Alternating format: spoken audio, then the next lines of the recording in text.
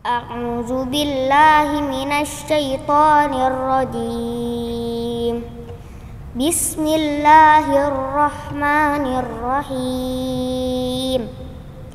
Idza ja'akal munafiquna qalu nashhadu innaka la rasulullah wallahu ya'lamu innaka la rasuluh wallahu yashhadu innal munafiqina lakadzibun.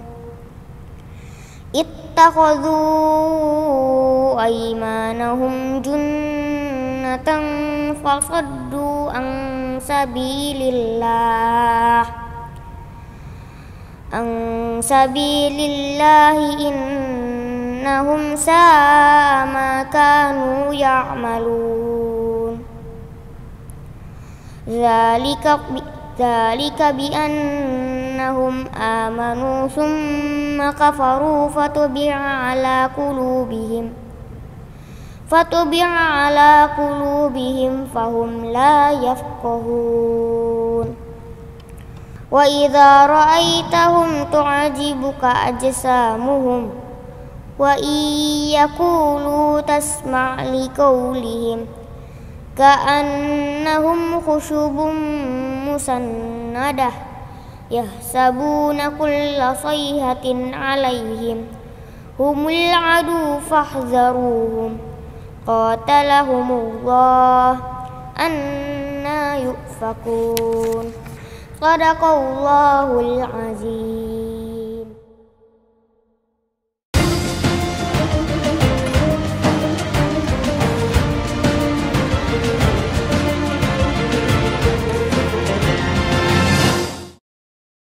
Bismillahirrahmanirrahim. Assalamualaikum warahmatullahi wabarakatuh. Alhamdulillahi rabbil alamin alladzi faddala al-mu'minina as-sa'imin wa ja'alahum bi'idhnihi minal muttaqin. Wassalatu wassalamu ala afdalil anbiya'i wal mursalin habibina Muhammadin wa ala alihi wa sahbihi wa dhurriyyatihi wa ummatihi ila yaumiddin wa ba'du. Saudara-saudariku, pemirsa dimanapun Anda berada, berjumpa kembali dalam program Aku Suka di hari ke-20. Masya Allah, Alhamdulillah, tak terasa sekarang kita telah masuki puncak 10 hari terakhir di bulan Ramadan yang sangat kita cintai ini. Dan tentunya ini harus terus menjadikan kita termotivasi untuk meningkatkan amal-amal kebaikan kita, sekaligus mengevaluasi catatan amal ibadah yang maksimal kita tunaikan dari hari pertama sampai dengan hari ke-20 ini. Mohon izin untuk mengingatkan pada diri pribadi dan kita semua, apakah sampai di detik ini sholat kita telah meraih kekhusyuan yang meningkat dari hari sebelumnya? Bacaan Al-Quran kita telah bertambah dari yang dilafadzkan oleh lisan kita yang akan dipertanggungjawabkan di hari kiamat itu? Pun demikian, semangat kita untuk berbagi, baik lewat harta benda, juga boleh jadi pakaian, mungkin juga makanan, yang sampai hari ke-20 ini tentunya akan jadi ukuran tingkat kemuliaan dari ibadah yang telah kita tunaikan. Namun demikian, untuk memaksimalkan itu semua, tentu setiap yang kurang dengan kasih Allah Subhanahu wa Ta'ala, selalu saja Allah memberikan momentum untuk melimpahkan pahala guna menutup kekurangan-kekurangan di masa lalu, sekaligus melahirkan satu momentum yang bisa menggugurkan kesalahan dan dosa dalam satu masa yang boleh jadi bisa bersamaan. Di pertemuan lalu, kita telah uraikan tentang momentum dimaksud dalam satu malam saja di bulan Ramadan, yang kita kenal dengan malam Al-Qadar.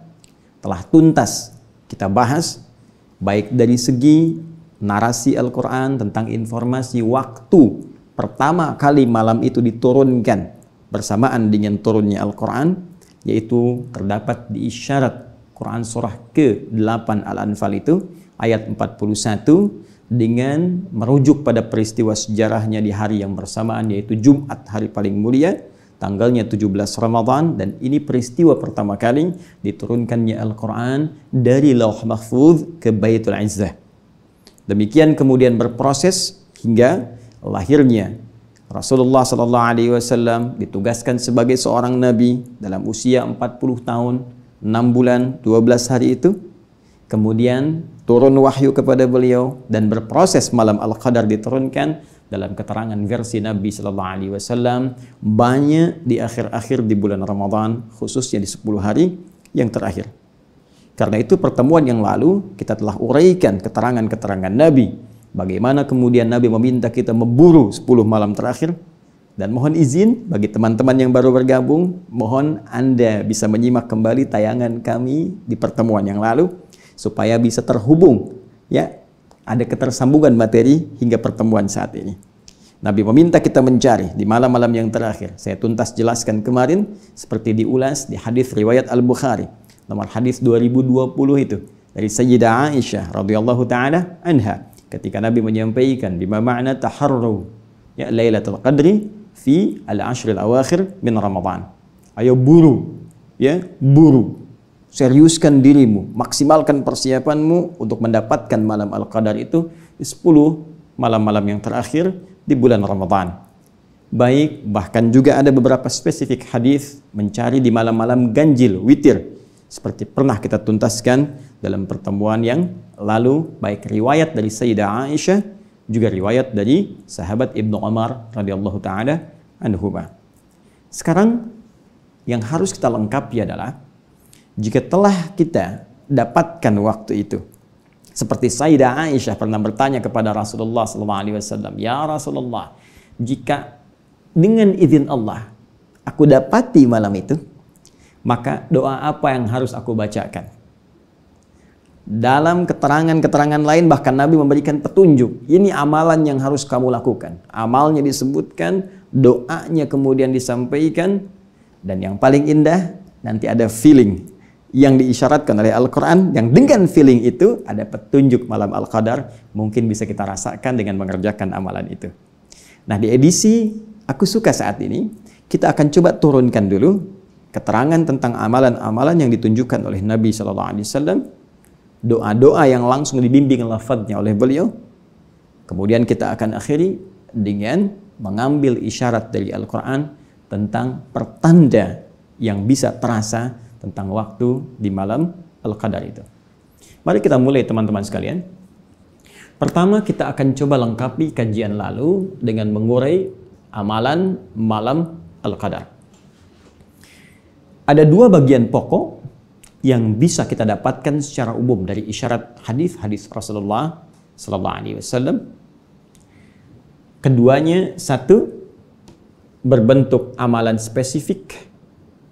Tentunya di antara sekian amal yang bisa kita kerjakan di malam-malam terakhir Ramadan yang diharapkan bersamaan dengan malam Al-Qadar. Tapi ada satu yang spesifik yang disebutkan Nabi sallallahu alaihi wasallam dari sekian rencana amalan itu, yaitu yang disebutkan Al-Imam Al-Bukhari dalam kitab sahihnya nomor hadis 35. Juga demikian Al-Imam Muslim dalam kitab sahihnya nomor hadis 765. Rawi yang meriwayatkan hadis ini silsilah sanadnya sehingga sampai ke Rasulullah SAW, yaitu sahabat Abu Hurairah, nama aslinya Abdurrahman bin Sakhr, dan status hadisnya sahih. Apa yang Nabi sampaikan? Qala Rasulullah SAW, man yaqum Lailatul Qadri. Ada redaksi lain menyebutkan man qama Lailatul Qadri. Baik. Keduanya memiliki makna yang identik, yaitu siapa yang mampu menunaikan sholat, ya, bersamaan di malam Al-Qadar. Jadi amalan spesifiknya itu sholat, teman-teman. Ya, amalan spesifiknya sholat. Imanan wahtisaban, yang ia lakukan, satu, dengan penuh keimanan kepada Allah Subhanahu wa ta'ala. Dua, dengan penuh ketulusan disertai rasa mengoreksi diri, ya. Dengan penuh ketulusan disertai rasa mengoreksi diri, introspeksi diri dalam keadaan dia sholat itu. Dia kerjakan karena Allah, dia ukur dirinya yang selama ini boleh jadi jauh dari Allah, kurang sempurna dalam beramal, kemudian dia bermohon dengan penuh kekhusyuan kepada Allah dalam sholatnya. Apa yang didapatkan pada saat itu? langsung bonusnya Nabi sebutkan, ya, ghufira lahu ma taqaddama min dzambi. Maka bonusnya seketika ia akan mendapatkan ampunan dosa dari semua dosa-dosa yang pernah ia kerjakan selama hidupnya sejak balik sampai detik dia sholat itu. Kenapa saya sebut bonus? Ya, karena jelas kalau pahala telah diisyaratkan langsung dalam Al-Quran. Bukankah jelas, tegas Allah sampaikan di Quran surah 97 Al-Qadar itu? Ya, tegas kalimatnya, Lailatul Qadri khairum min alfi syahr. Ya, malam Al-Qadar itu lebih dari 1000 bulan nilai kemuliaannya. Lebih dari 1000 bulan nilai pahalanya. Jadi kalau Anda bersamaan sholat di malam itu, walaupun 2 rakaat, ya, kemudian ditutup dengan salam. Setelah 2 rakaat ini, sekali sholat dibuka dengan takbir, tutup dengan salam. Cuma sekali 2 rakaat, nilainya sama dengan sholat lebih daripada 83 tahun. Allahu Akbar, Allahu Akbar, Allahu Akbar. 83 tahun, Masya Allah. Dan bonusnya, kalau benar sholatnya, kata Nabi, kalau benar sholatnya, bonusnya dapat pahala 83 tahun. Pahalanya, bonusnya ampunan dosa dari Allah Subhanahu wa Ta'ala. Allahu Akbar. Anda bisa bayangkan nggak? Jadi begitu orang ini salam, dapat pahala lebih daripada 83 tahun, dosanya hilang.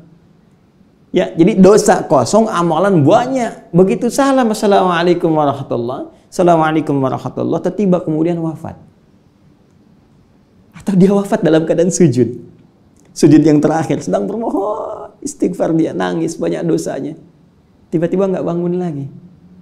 Punya pahala sujud lebih dari 83 tahun. Dan digugurkan dosanya dengan tangisan yang mengalir bahkan sampai pipinya itu. Allahu Akbar. Ini luar biasa.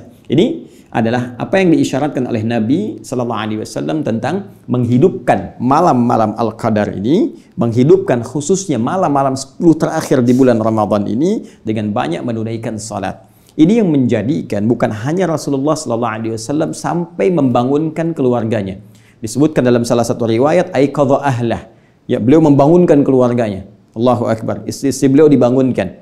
Kemudian menantu beliau Ali bin Abi Thalib, tentunya dengan istrinya yang tercinta Fatimah Az-Zahra, istrinya Ali bin Abi Thalib, putrinya Rasulullah sallallahu alaihi wasallam. Ya, dibangunkan. Ayo bangun, hidupkan malamnya. Kalau nggak ada kemuliaan ini, mustahil selevel Nabi pun membangunkan keluarganya yang mulia. Ya, yang tentunya bersama Nabi di surga. Ali bin Abi Thalib disebutkan dari 10, termasuk 10 orang yang masuk surga tanpa hisab. Ya kan? Baik, Fatimah Az-Zahra, Masya Allah, pemudi penghulu surga. Al-Hasan dan Al-Husain, kedua-duanya cucu Nabi, penghulu, pemuda surga. Allahu Akbar. Ya, Fatimah, Ali bin Abi Thalib, keluarga Nabi dibangunkan untuk memaksimalkan amalan ini. Ini yang diteruskan kemudian oleh para sahabat generasi setelah Nabi SAW wafat. Hingga kini, jangan heran, bahkan di Masjid Al-Haram misalnya, di Masjid Nabawi, atau bisa kita katakan kalau dalam konteks ini lockdown misalnya di sana, ya, dalam konteks ahli Mekah yang muslim, ya, kekinian sampai sekarang, ahli Madinah yang muslim tentunya sampai sekarang, ya, karena dilarang yang tidak beriman masuk ke dalam 2 wilayah tanah suci ini, membiasakan pula untuk menghidupkan malam-malam khususnya di 10 hari terakhir Ramadan. Ya, kalau Anda umrah pada bulan-bulan Ramadan akan terasa bagaimana malamnya bangkit kembali, sholat lagi, bahkan diperbanyak bacaannya, diperbanyak kemudian kekhusyuannya, sehingga terasa kenikmatan dalam jiwa. Apa yang diinginkan dari situ? Ini menghidupkan sunnah Nabi. Bangun, ya, tunaikan. Jadi bukan sekedar sunnahnya kemudian hidup, tapi pahala, ya, tapi pahala besar kemungkinan bisa didapatkan dan bonus sangat besar kemungkinan bisa diraih. Nah, kita beri catatan dalam 2 hal. Hal pertama, apakah setiap orang yang sholat pada malam itu berpotensi diampuni dosa-dosanya dan dapat pahala seperti yang tadi disebutkan? Belum tentu. Sekali lagi, maaf sekali, jika ada satu anugerah yang besar, mustahil tidak bersanding dengan syarat-syarat yang tertentu. Saya sering katakan, kompetisi yang hebat itu, yang hadiahnya besar, pasti syaratnya pun ketat. Karena itu, Nabi tidak hanya memberikan gambaran orang sholat dapat ini, orang istighfar dapat ini, tapi ada syarat yang sangat mengikat, syarat ketentuan berlaku. Apa itu? Perhatikan kalimatnya, imanan, wahtisaban. Dia tunaikan dengan keyakinan penuh karena Allah Subhanahu wa Ta'ala. disertai ketulusan. Awas, catat ini ya. Awas, kaidahnya iman tulus, yakin karena Allah Subhanahu wa taala dan dijauhkan dari hal-hal yang bisa mengotori dan membelokkan niat kita karena Allah. Karena orang lain sholat, saya sholat. Karena ingin merasakan kenikmatan kalau imamnya si fulan. Karena ingin supaya rame saja, karena ingin supaya meriah saja. Kalau orang hanya sekedar bangkit sholat karena orang lain sholat dan ingin merasakan kemeriahan saja, ya ingin meraih kenikmatan semu saja, maka tidak ada beda ini dengan yang dimaksudkan Nabi SAW. Robba qa'imin laisa lahu min qiyamihi illa as-sahar. Tidak sedikit nanti ada ditemukan orang bangun, orang sholat tak mendapatkan apapun dari sholatnya kecuali lelah begadang saja. Dia tunggu sampai malam sholat tapi niatnya keliru. Malam nanti sholat, ya iya aku juga pengen ikut, cuma pengen ikut bukan ingin meraih kemuliaannya. Baik. Nah, ini bagian pertama. Kemudian bagian kedua, teman-teman sekalian, penting dicatat. Ustadz, apakah untuk mendapatkan kemuliaan ini mesti ke masjid? Atau bisa diraih di rumah? Teman-teman sekalian, Lailatul Qadar itu syarat meraihnya tidak terikat dengan masjid, tapi terikat dengan amalan yang dikerjakan di malam itu. Dalam kondisi normal pun kalau Anda ke masjid terus malamnya nggak bangun, cuman tidur, ya nggak dapat juga. Jelas ya? Jadi kita ke masjid itu untuk mengondisikan supaya lebih fokus, ya, supaya bisa maksimal termotivasi untuk ibadah. Karena mungkin dalam kondisi ada di rumah, yang dilihat mungkin TV, yang dilihat mungkin bacaan, yang dilihat mungkin internet. Tapi ketika orang ke masjid, kondisinya lebih terfokuskan untuk bisa ibadah dengan maksimal. Ya, TV gak ada di ruangan tempat sholat. Mau baca Quran, orang semua lihat Al-Quran. Mau tiduran, orang bangun. Akhirnya terdorong kita, ya, termotivasi untuk menunaikan ibadah. Bangun malamnya. Tapi kalau Anda cuma datang ke masjid, mindahkan bantal, bawa kasur, ikut tiduran, malam-malam ketiduran, pas bangun sahur, ya nggak dapat juga. Jadi esensi malam Al-Qadar itu lebih kepada bagaimana menghidupkan malam dengan amalan. Sekalipun bila tak mampu dikerjakan di masjid, seperti sekarang kita lalui pada umumnya. Di sebagian besar tempat di muka bumi, tidak hanya di Indonesia, maka tidak ada alasan untuk tidak menghidupkan malam dengan ibadah di rumah yang telah kita kondisikan. Ya, baik. Jadi teman-teman sekalian, jangan kemudian kita jadikan alasan, wah saya nggak bisa ke masjid nih, saya nggak bisa dapat malam Al-Qadar. Tidak. Anda bikin kondisi di dalam rumah, kondisikan satu ruangan, hidupkan malamnya, bangun jam 2, ya, bangun misalnya 2:30. Walaupun Anda sedikit ambil bagiannya untuk menunaikan sholat, isi dengan istighfar. Sementara tiduran dulu sejenak, kemudian bangkit untuk menunaikan sahur, makan, istighfar lagi, isi. Yang penting hidupkan. Ya. Jadi ini bagian kedua yang penting kita jawab. Syarat mendapatkan kemuliaan ini tidak terikat dengan tempat di masjid, tapi lebih kepada bagaimana menghidupkan malamnya dan menghadirkan suasana yang sekiranya bisa kita maksimalkan untuk menunaikan ibadah kepada Allah Subhanahu wa taala. Baik, ini bagian yang pertama. Kemudian yang kedua, ada isyarat yang ditemukan juga dalam hadis-hadis Nabi sallallahu alaihi wasallam, bimbingan langsung tentang satu doa yang langsung ditalqinkan, dibacakan melalui lisan Nabi yang sangat mulia kepada istri beliau tercinta Sayyidah Aisyah radhiyallahu taala anha. Ketika Sayyidah Aisyah bertanya pada Rasulullah, "Ya Rasulullah, jika dengan izin Allah tentunya, ya, aku berkesempatan bersamaan mendapatkan malam Al-Qadar itu, apa yang harus aku katakan?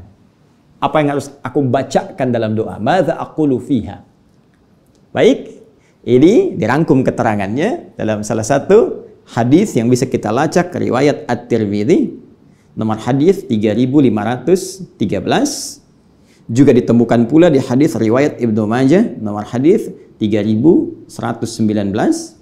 Rawi yang meriwayatkannya Sayyidah Aisyah radhiyallahu taala anha, dan status hadisnya sahih. Apa bunyi doanya? Baik, kita bacakan pelan-pelan. Saya yakin tak dituliskan pun, insya Allah kita semua sebetulnya sudah hafal. Hanya tinggal menempatkannya saja. Ikuti saya. Allahumma. Baik. Allahumma innaka afuwun tuhibbul afwa fa'fu anni. Baik, saya coba tuliskan saja ya, supaya mudah untuk kita pahami.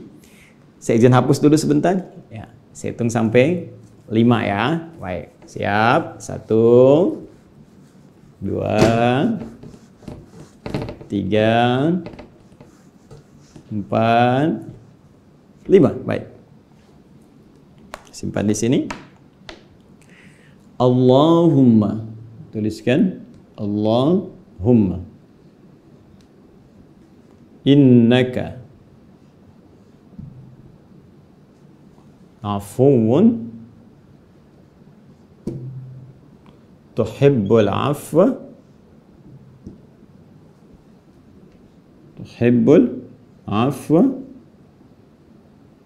fa'fu anni. Masya Allah.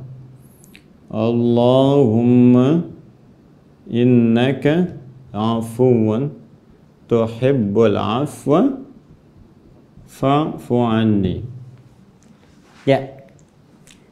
Ya Allah, ingat Allahumma itu penyatuan antara ya dengan Allah, disatukan menjadi Allahumma. Dan kalimat ini tidak diucapkan kecuali dengan penuh kerendahan hati dan ketawadhuan. Ini yang dimaksud Quran surah ke-7 ayat 205. Wadhkur rabbaka fi nafsika tadarruan wa khifatan wa dunal jahri bidal qaul.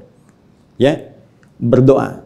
Ya, sebut nama Rabbmu dalam jiwamu. Mohon dengan penuh ketawadhuan dan penuh harap. Jadi kalau berdoa kata Quran itu harus optimis minta. Penuh harap tapi tawadhu sifatnya. Ya, sifatnya tawadhu. Baik, jadi ketika Anda mengucapkan Allahumma, minta dengan penuh kekhusyuan, ketawadhuan. Jangan naikkan keadaan diri kita. Makanya ada dalam riwayat sambil mengangkat tangan dari beberapa doa itu dipertemukan sambil kita bermohon dengan penuh kekhusyuan kepada Allah. Innaka afuwun. Ya Allah, sungguh hanya Engkau. Ya, hanya Engkau ya Rabb. Ya, tapi ingat, cara memohon dengan kalimat hanya Engkau ini, innanya kan harfu nasbin. Ya, wa taukidin tansibul isma wa tarfa'ul khabara mabniyun 'alal fathi la mahalla lahu minal i'rab. Ya, harfu nasbin wa taukidin. Saya pernah banyak ulas ini. Itu kalau sekedar nahwu, tapi kalau kita bawa ke ilmu lughah, ke fikihnya, nasabar rajulu asahu 'alal ardi. Ya, seorang lelaki menancapkan tongkatnya di bumi ke tanah dengan kuat sehingga nggak goyah. Ya, jadi maksudnya apa? Anda kalau mengucapkan dengan kalimat inna, tancapkan dalam hati Anda yang paling dalam. Seakan Anda mengatakan begini, ya Allah, sungguh hamba sangat yakin dengan keyakinan yang tak pernah goyah dalam jiwa hamba. Hanya Engkau afuun yang maha pemaaf. Hanya Engkau yang pasti memaafkan semua salah tanpa kecuali. Hanya Engkau yang pasti menggugurkan semua dosa-dosa jika hamba ada yang ingin bertobat kembali kepadamu. Tuhibbul afwa, dan Engkau mencintai orang-orang yang ingin minta maaf, minta ampun kepadamu. Ini kalimatnya indah sekali. Ya Allah, aku tak pernah goyah. Aku yakin hanya Engkau yang maha maaf, mengampuni dosa-dosa, menggugurkan semua salah. Dan aku yakin tanpa goyah ya Allah, Engkau mencintai setiap yang mau minta maaf. Engkau mencintai setiap orang-orang yang mau bertobat. Fa'fu anni. Maka dengan sifat cintamu ini, mohon maafkan kesalahan hamba. Ya. Kalimatnya indah sekali. Karena ada memaafkan dengan cinta, ada maaf tanpa cinta. Ada anak salah pada ibunya. Ya kan? Dengan sayangnya ibu, ada yang cuma membelai, sudah ibu maafkan. Ada yang menangis sajalah, sudah nak, sudahlah, lupakan semua itu. Tapi ada orang yang datang, ya karena perselisihan mau minta maaf, tapi cinta belum hadir, sehingga kalimat-kalimat kasar yang keluar. Kan sudah saya bilang dari dulu, mau begini. Nah, tidak. Nabi mengajarkan kepada kita, ya Allah, ya Engkau mencintai orang-orang yang minta maaf, hambamu yang mohon ampunan, maka dengan cintamu itu mohon maafkan hamba. Indah kalimatnya. Baik ya, dosa apapun sepanjang nyawa belum di kerongkongan, Anda pernah berbuat apapun, ya perbuatan-perbuatan yang sangat masuk bahkan dalam kategori dosa besar, ya perbuatan musyrik, kadang-kadang nggak sadar, ria itu musyrik kecil, ya ingin dilihat orang, ingin didengar orang, apalagi musyrik betulan. Hati-hati dalam konteks betulan yang saya sebutkan yang nyata benar-benar termasuk dosa besar yang disebutkan langsung oleh Nabi SAW. ya, meminta kepada selain Allah Subhanahu wa taala, datang ke dukun-dukun, datang ke paranormal, ya, ke benda-benda tertentu, merasa ada dikeramatkan, memberikan satu kekuatan dan sebagainya. Tinggalkan semua itu, kembali kepada Allah, minta ampun. Mungkin itulah detik perubahan dalam kehidupan kita. Detik-detik yang sangat menentukan dalam hisab kita saat kembali kepada Allah Subhanahu wa taala. Ingat, ketika momennya ada, maka semua kemuliaan dan kebahagiaan boleh jadi akan menghampiri kita semua. Satu poin itu. Nah, jadi ini ibadah yang tadi disyariatkan melalui salat. Kemudian yang kedua, doa yang dimintakan melalui bacaan yang saya tuliskan. Dan Masya Allah, saya itu sering kali menghadirkan kekaguman pada orang tua kita dulu. Ulama-ulama kita. Tidak banyak mengungkap dalil-dalil, tidak banyak terlalu panjang-panjang memberikan arahan. Cukup diberikan amalan masyarakat awam. Sudah. Bukankah setiap tarawih kita dibimbing membaca doa ini? Allahumma innaka afuwun tuhibbul afwa fa'fu anni. Ya, kalau kata gantinya banyak untuk keluarga kita, bukan untuk yang personal saja. Allahumma innaka afuwun tuhibbul afwa fa'fu anna. Ya. Kadang-kadang dimasukkan al-asmaul husnanya. Allahumma innaka afuwun karim tuhibbul afwa fa'fu anna ya karim. Tuh. Kalau kita konsisten tarawih tuh, bukankah tarawih kan dikerjakannya kalau nggak tengah malam, ya kan? Atau ditarik maju ba'da isya. Sedangkan waktu al-qadar kan di Quran disebutkan, hiya hatta matla'il fajr. Malam al-qadar itu terbentang luas sampai ke pembuka fajar, menjelang fajar. Maka kalau benar kita konsisten sholat malamnya, lakukan dengan baik, baik di tarawih sifatnya qiyamul lail ataupun tahajud, maka peluang ini akan mungkin bisa kita maksimalkan. Nah, sampai di sini, setelah mengetahui amalan utama, ya saya katakan utama karena nanti ada amalan-amalan turunan. Kan tak mungkin Anda isi tengah malam cuma sholat 2 rakaat, istighfar terus tidur. Kenapa nggak kita tambah dengan yang lain? Ya, bisa baca Al-Quran, atau tilawah, perbanyak zikir. Itu amalan-amalan tambahan yang mengiringi. Ini yang utamanya. Hanya pertanyaannya begini. Apakah semua orang yang bahkan bangun di malam-malam akhir Ramadan untuk mengejar keutamaan Al-Qadar khususnya bisa otomatis bersemangat menunaikan ibadahnya? Atau belum tentu setiap orang yang bangun bisa langsung bisa fokus ibadah? Kalau tidak semua bisa seperti itu, karena boleh jadi ada yang sudah terbiasa gampang bangun. Ada yang baru ingin memulai, 20 hari ke belakang nggak ngapa-ngapain, dia kejar yang 10 malam terakhir. Belum tentu keinginan itu akan disertai dengan kebiasaan. Karena belum jadi kebiasaan, belum tentu mudah untuk bangun di malam harinya. Dan kalaupun sekali bangun, belum tentu khusyuk. Ya. Harap-harap bangun jam 2, bangun setengah 2. Tapi baru bangun karena belum biasa, nunggu, begini, tiba-tiba udah setengah 4. Baik, wudhu dan seterusnya. Nah sekarang, apakah ada tips dari Al-Quran dan hadis-hadis Nabi SAW? Kalau saya ingin bangun dan memfokuskan diri, seperti apa cara bangunnya? Bagaimana saya bisa memfokuskan diri dan di mana tempatnya?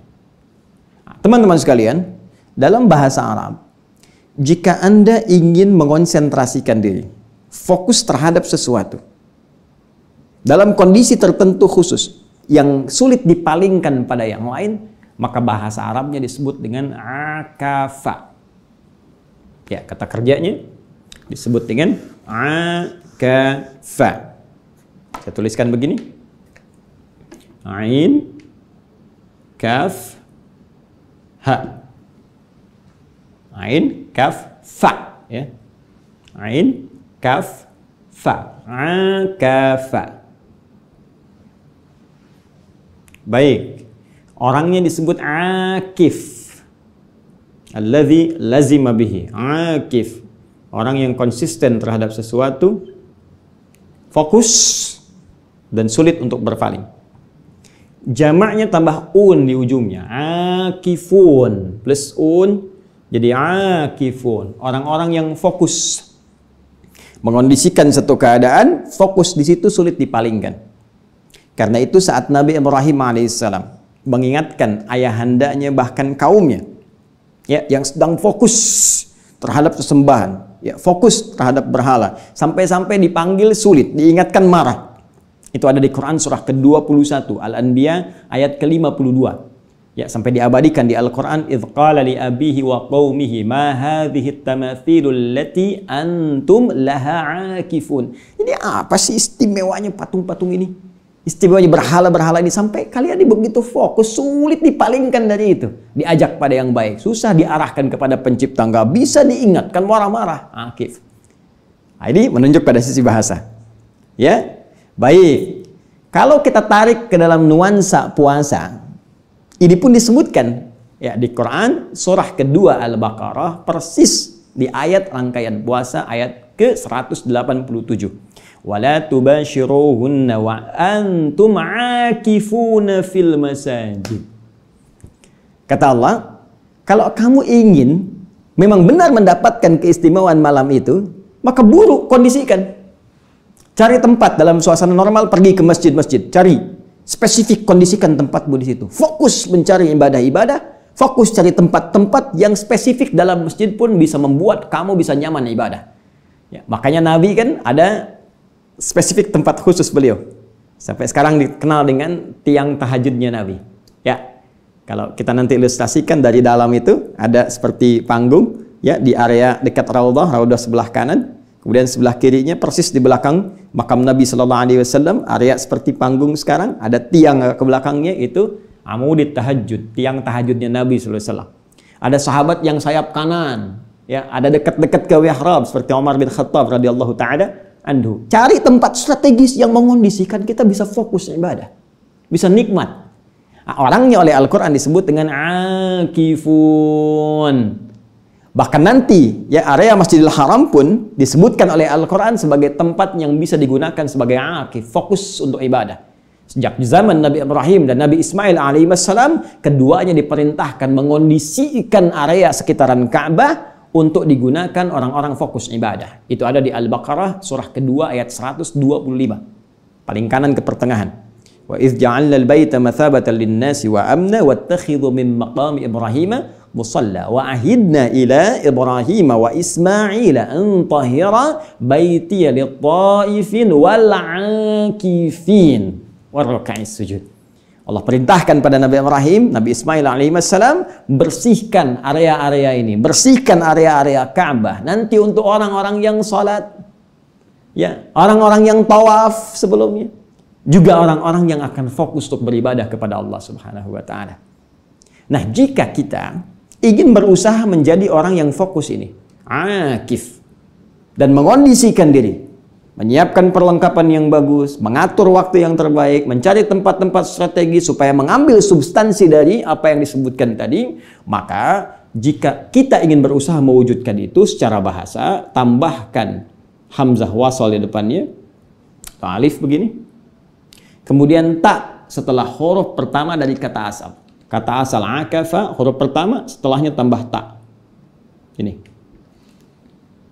Yang ini diharakati kasrah, iya. Yang ini pindahkan ke ta begini. Sedangkan ini jadi mati. Berubah dari akafa menjadi i'takafa. Ya'takifu. I'takafa talibu, ya, lil qiraati wal muraja'ah. Seorang siswa berusaha untuk fokus konsentrasi membaca dan mengulang-ulang pelajarannya. Maksudnya apa? Fokus sulit dipalingkan. Itu fungsi hamzah wasal di depan, alif ada yang menyebutkan, kemudian ta. Usaha untuk fokus dan sungguh-sungguh terhadap sesuatu sehingga tidak dipalingkan pada kegiatan-kegiatan lain. Kata kerja infinitifnya i'takafa, sifatnya disebut dengan i'tikaf. Sifatnya disebut dengan i'tikaf. I'takafa, ya'takifu, i'tikafan. Dari sini muncul istilah kita untuk i'tikaf di 10 hari terakhir bulan Ramadan. Ya, di malam-malam terakhir Ramadan. Sering dengar kan istilah itu? Nah, jadi i'tikaf itu asalnya fokus usaha yang sungguh-sungguh untuk fokus terhadap sesuatu sehingga merasakan manfaat dari apa yang difokuskan itu. Nah, sekarang persoalan kita adalah satu, Bukankah untuk fokus i'tikaf ini perlu tempat? Kalau lazimnya baik dari nas Al-Quran ataupun hadis, bahkan contohnya langsung disebutkan di masjid, dan sekarang suasana masjidnya bagi sementara tempat bahkan di Indonesia sulit untuk dilakukan i'tikaf, terutama daerah-daerah yang zona merahnya langsung berada di sekitaran itu. Pertanyaannya, apakah i'tikaf bisa dilakukan di luar masjid? Satu. Kedua, perlengkapan apa yang disiapkan saat akan i'tikaf itu? Dan ketiga, materi rencana-rencana amalan apa yang bisa mengondisikan kita untuk fokus ibadah saat i'tikaf itu? 3 PR ini, 3 pertanyaan besar ini tentunya akan lebih manfaat, akan lebih terasa fokus, dan akan lebih terkonsentrasikan jika kita uraikan dalam pembahasan tersendiri di hari ke-21 dalam episode Aku Suka 21 Ramadan di pertemuan esok insya Allah. Karena itu sebelumnya saya simpulkan dulu bahwa yang pertama, jika kita sudah hadir di malam-malam 10 terakhir Ramadan dan akan dimulai pada malam hari ini, maka kondisikan diri kita untuk bisa bangun di malam hari walaupun cuma sebentar. Kedua, siapkan amalan terbaik, setidaknya amalan utama yang ditunjukkan Nabi, yaitu salat. Dan minta kepada Allah dengan penuh ketulusan, baik dalam sujud ataupun dalam doa-doa pasca salat, kalimat yang diajarkan langsung oleh beliau kepada istri tercinta beliau, Sayyidah Aisyah radhiyallahu taala anha, Allahumma innaka afuwun tuhibbul afwa fa'fu anni, atau fa'fu anna untuk keseluruhan. Dan jangan lupa selanjutnya, lakukan semua itu dengan keyakinan kuat kepada Allah dan ketulusan, keikhlasan, tidak untuk yang lain. Terakhir, untuk mendapatkan kenikmatan semua itu, kita harus berusaha untuk fokus. Mencari tempat strategis, menghidupkan suasana yang nyaman, sehingga kenikmatan ibadah itu akan terasa dalam kehidupan kita. Dan bagian terakhir ini akan kita maksimalkan sekali lagi dalam pertemuan esok hari dengan izin Allah Subhanahu wa Ta'ala. Demikian yang bisa saya sampaikan. Semoga ada manfaat yang bisa diraih. Mohon maaf atas kekurangan. Semoga Allah memaafkan dan semoga Anda memahami dan diberikan kita kemudahan untuk mengamalkan. Subhanakallahumma wa bihamdika asyhadu an la ilaha illa anta astaghfiruka wa atubu ilaik wa akhiru da'wana alhamdulillahi rabbil alamin. Assalamualaikum warahmatullahi wabarakatuh.